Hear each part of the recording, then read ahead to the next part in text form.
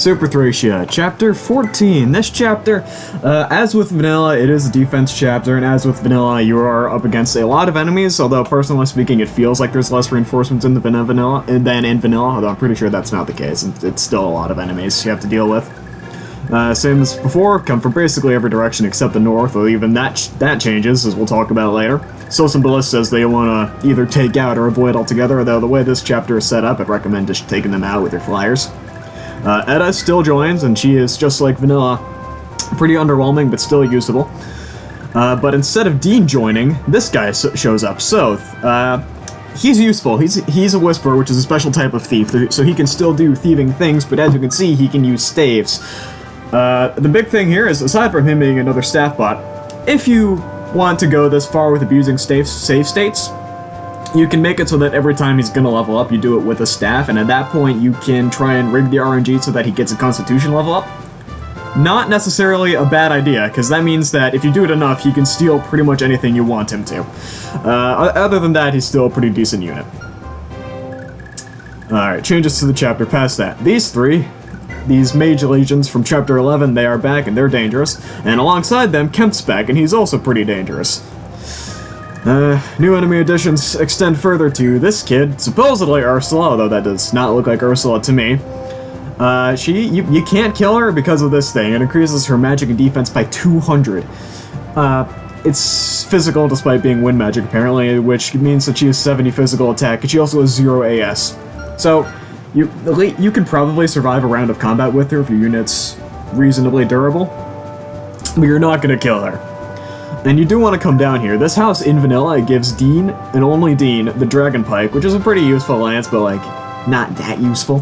Here you get a Berserk Staff, which still isn't all that useful, but I recommend having at least one for, honestly, just the end game, but I'm not going to talk about that until I get there. The house over here still gives a Nosferatu, that's the same as in Vanilla. But another house that is changed from Vanilla is this one. In Vanilla, if you visit it with Nana, you would get Homer, who is barred with I think he has Paragon, and he's pretty good all around. But now instead of Homer joining, we get this guy, Lucius. He also has Paragon, and he's a staff bot. He's another staff bot. You can't go wrong with a staff bot in Thracia. Alright, let's see. I think that's all I need to talk about until the save state. Because I have a save state set up in advance, because I wasn't going to sit here for like 8 turns or whatever it is. Turn 9 enemy phase, or turn 8 enemy phase, and Vanilla Draco Knights pop out, and that's the same thing here, and we get this guy, Narshan. He decided to head on over from FE6, and he is dangerous. His stats are nothing to scoff at, and he has a bunch of skills, as most bosses do in this hack.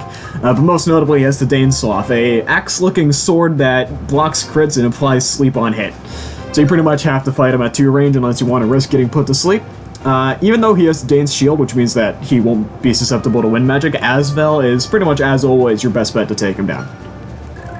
And alongside him is this guy, Flare.